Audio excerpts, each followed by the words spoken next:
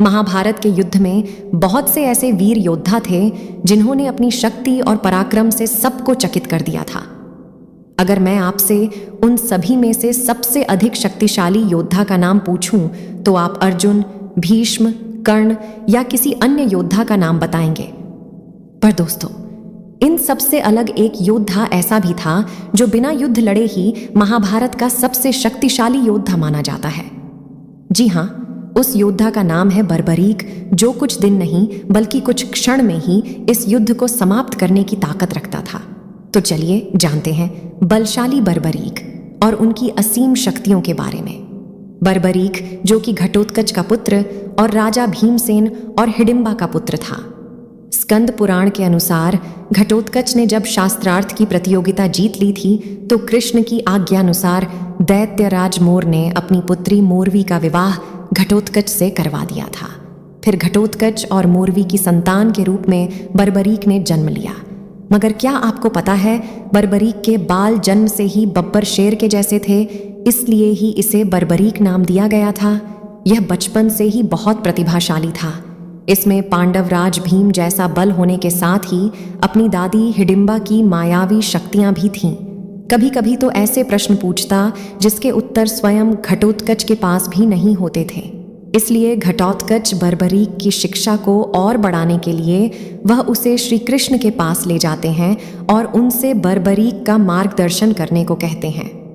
श्री कृष्ण बर्बरीक को अपने पुत्र समान आशीर्वाद देते हैं और उसे गुरु विजय सिद्ध सेन की शरण में जाने को कहते हैं और श्री कृष्ण की आज्ञा अनुसार बर्बरीक आर्षि के पास जाता है और उनसे विभिन्न प्रकार की अस्त्र शस्त्र की शिक्षा ग्रहण करता है।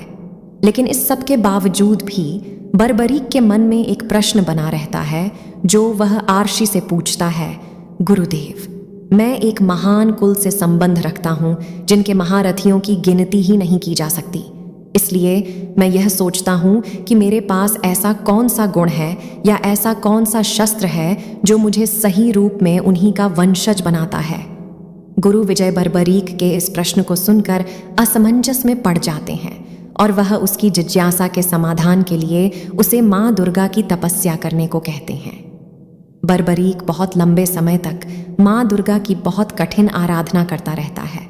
फिर माँ दुर्गा उसकी तपस्या से प्रसन्न होकर प्रकट होती है और वर मांगने के लिए कहती है। तो बर्बरीक उनसे कहता है, मैं आपसे एक ऐसा शस्त्र चाहता हूँ जो अर्जुन के बाणों की तरह अचूक हो और जो राजा भीमसेन की तरह शक्तिशाली हो, और ऐसा अस्त्र जो आज किसी को प्राप्त न हुआ हो और न ही भविष्य में किसी को प्राप्त हो। तो माँ दुर्गा बर्बरीक को 3 बाण प्रदान करती है। इन तीनों बाणों के प्रभाव से बर्बरीक किसी भी युद्ध को क्षण भर में समाप्त कर सकता था। इन बाणों को प्राप्त करने के कारण ही बर्बरीक 3 बाणधारी के नाम से प्रसिद्ध हुआ। इनमें से पहला बाण अपने शत्रु को कहीं से भी ढूंढकर चिन्हित करता था और दूसरा बाण उन बने हुए चिन्हित लक्ष्यों को भेद डालता था और तीसरे बाण का अगर प्रयोग किया जाए तो विस्फोट के साथ सर्वनाश हो जाता। बर्बरीक इन बाण रूपी शक्तियों को ग्रहण करने के बाद अपनी माँ मोरवी के पास जाता है और उन्हें इन शक्तियों के बारे में बताता है।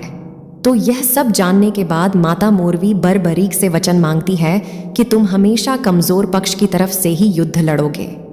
बर्बरीक अपनी माँ की आज्ञा का पालन करते हुए उन्हें वचन दे देता है, पर उसे क्या पता था आगे इस वचन का उसके जीवन पर बहुत प्रभाव पड़ने वाला है। इसके बाद बर्बरीक अपने नीले घोड़े पर सवार होकर महाभारत के युद्ध में शामिल होने के लिए निकल पड़ता है। वहां जाकर उसे मालूम पड़ता है कि पांडवों की सेना कौरवों की सेना से बहुत कम है, तो वह निवेदन करता है कि उसे युद्ध करने दिया जाए, जिससे वह अपनी असीम शक्तियों के बल पर पांडवों को कुछ ही क्षणों में विजयी बना पाए। तो श्री कृष्ण यह सुनकर सोच में पड़ जाते हैं कि जिस युद्ध को अकेले पितामह भीष्म 20 दिनों में, कर्ण 24 दिनों में, गुरु द्रोणाचार्य 25 दिनों में और अर्जुन 28 दिनों में समाप्त कर सकते हैं, उसे बर्बरीक अकेले कुछ ही क्षणों में कैसे समाप्त कर सकता है। तो फिर श्री कृष्ण बर्बरीक से पूछते हैं कि आखिर उसके पास ऐसी क्या शक्तियां हैं जो इतना सामर्थ्य रखती है। फिर बर्बरीक श्री कृष्ण को माँ दुर्गा से प्राप्त बाणों की अचूक शक्तियों के बारे में बताता है। पर जैसे ही दुर्योधन को इसके बारे में पता चलता है, वह बर्बरीक को मारने के लिए निकल पड़ता है। जब दुर्योधन बर्बरीक के पास पहुंचता है तो वह ध्यान मुद्रा में होता है, और जैसे ही वह ध्यान मुद्रा में बैठे बर्बरीक को मारने के लिए गदा उठाता है तो उसका मित्र अंगराज कर्ण उसे रोक लेते हैं। कहते हैं कि ध्यान में बैठे और किसी निहत्थे पर वार करना सबसे बड़ा महापाप होता है, जिससे दुर्योधन फिर वापस आ जाते हैं। उधर दूसरी ओर पांडव बर्बरीक की शक्तियों को जानकर बहुत ही खुश होते हैं, पर श्री कृष्ण बर्बरी की शक्तियों और उसके द्वारा अपनी माता को दिए गए वचन को जानकर चिंतित रहते हैं। दोस्तों, एक दिन श्री कृष्ण बर्बरीक के पास पहुंचते हैं और वो बर्बरीक के पास में लगे एक पीपल के पेड़ के सभी पत्तों को नष्ट करने के लिए कहते हैं। इसके साथ ही स्वयं उस पेड़ के एक पत्ते को अपने पैर के नीचे दबा लेते हैं। जैसे ही बर्बरीक अपने दैवीय बाणों की आराधना करता है तो उनमें से पहला बाण पेड़ के सभी पत्तों को चिन्हित कर देता है और फिर दूसरा बाण उस पेड़ के सभी पत्तों को गिरा देता है।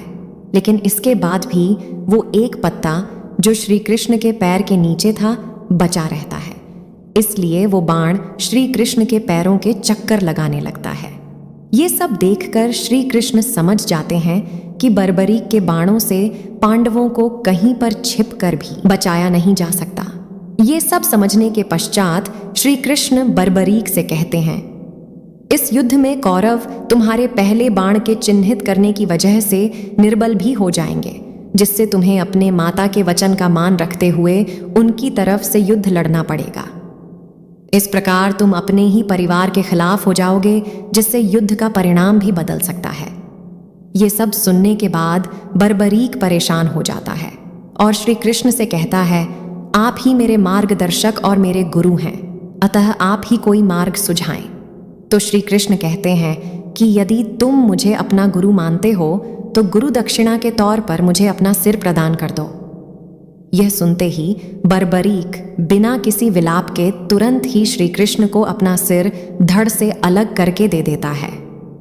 श्री कृष्ण बर्बरीक के इस कार्य से बहुत प्रसन्न हो जाते हैं और उससे वर मांगने के लिए कहते हैं। तो बर्बरीक कहता है कि हे श्री कृष्ण, मेरी इस महाभारत के युद्ध को देखने की बड़ी इच्छा है। कृपा कर मुझे ऐसा वरदान दीजिए कि मैं इस संपूर्ण युद्ध को बारीकी से देख सकूं और सब कुछ सुन भी सकूं। तो श्री कृष्ण उसे दोनों पक्षों की तरफ से होने वाले युद्ध को देखने और जानने के लिए आशीर्वाद देते हैं और इसके बाद बर्बरीक के सिर को एक पहाड़ पर विराजमान कर देते हैं, जहां से वह महाभारत के संपूर्ण युद्ध को देखता रहा। दोस्तों, बर्बरीक ने न केवल युद्ध के पहले बल्कि युद्ध के बाद भी अपनी एक महत्वपूर्ण भूमिका निभाई। महाभारत पुराण में आता है कि युद्ध की समाप्ति के बाद पांडवों में युद्ध की विजय के श्रेय को लेकर आपसी तनाव हो जाता है। तो श्री कृष्ण कहते हैं कि बर्बरीक का शीश संपूर्ण युद्ध का साक्षी है, इसलिए इसके बारे में उसी से पूछना चाहिए। सभी पांडव श्री कृष्ण से सहमत हो जाते हैं और बर्बरीक से युद्ध की विजय के महान योद्धा के बारे में पूछते हैं। तो वह उत्तर देता है कि श्री कृष्ण ही युद्ध में विजय प्राप्त करने में सबसे महान पात्र हैं। उन्हें युद्ध भूमि में सिर्फ उनका सुदर्शन चक्र ही घूमता दिखाई दे रहा था, जो शत्रु की सेना का विनाश कर रहा था, और कृष्ण के आदेश पर ही अन्य देवी देवता भी पांडवों का सहयोग कर रहे थे। तो ऐसे बर्बरीक ने अंत तक पांडवों का साथ दिया था और उनके आपसी झगड़े को भी सुलझाया। हारे हुए का साथ देने वाले को श्याम के नाम से जाना जाता है और खाटू नगर ही बर्बरीक का धाम हुआ। इसलिए श्री कृष्ण ने बर्बरीक को उसके बलिदान के कारण खाटू श्याम नाम दिया था। दोस्तों, आज भी भारत में खाटू श्याम जी का मंदिर स्थित है और वहां हर साल मेला भी लगाया जाता है। तो क्या आप जानते हैं यह मंदिर किस जगह स्थित है? कमेंट करके जरूर बताइए। तो दोस्तों, इस प्रकार बर्बरीक को उसके समर्पण के लिए आज भी याद किया जाता है और सभी घरों में इनकी पूजा भी की जाती है। तो दोस्तों, याद रखिए, अगर आप कुछ अच्छा सुन रहे हैं तो आप सुन रहे हैं चल अकेला ब्रो चैनल को। चलो आज कुछ अच्छा सुनते हैं। हर रोज शाम 6 बजे आपके अपने चैनल चल अकेला ब्रो पर देखिए एक नई कहानी, और उसके लिए सब्सक्राइब कीजिए हमारी YouTube चैनल चल अकेला ब्रो को। नमस्कार, धन्यवाद। इस कहानी को बोलते समय कोई त्रुटि हुई हो तो मैं क्षमा चाहती हूँ। तो दोस्तों, उम्मीद करते हैं कि हमारी आज की कहानी आपको पसंद आई होगी। आपसे निवेदन है कि वीडियो को लाइक करें, इससे हम मोटिवेट होते हैं और हमें प्रेरणा मिलती है। साथ साथ इसे अपने मित्रों और सगे संबंधियों के साथ शेयर अवश्य करें। ऐसी ही और भी धार्मिक और आध्यात्मिक जानकारियां और कहानियों के लिए सब्सक्राइब करें हमारे YouTube चैनल को और कमेंट बॉक्स में जय लक्ष्मी नारायण लिखकर भगवान को याद जरूर कर लीजिए। फिलहाल आज के लिए बस इतना ही। अब इजाजत दें। आपका बहुत बहुत शुक्रिया। जय श्री कृष्ण।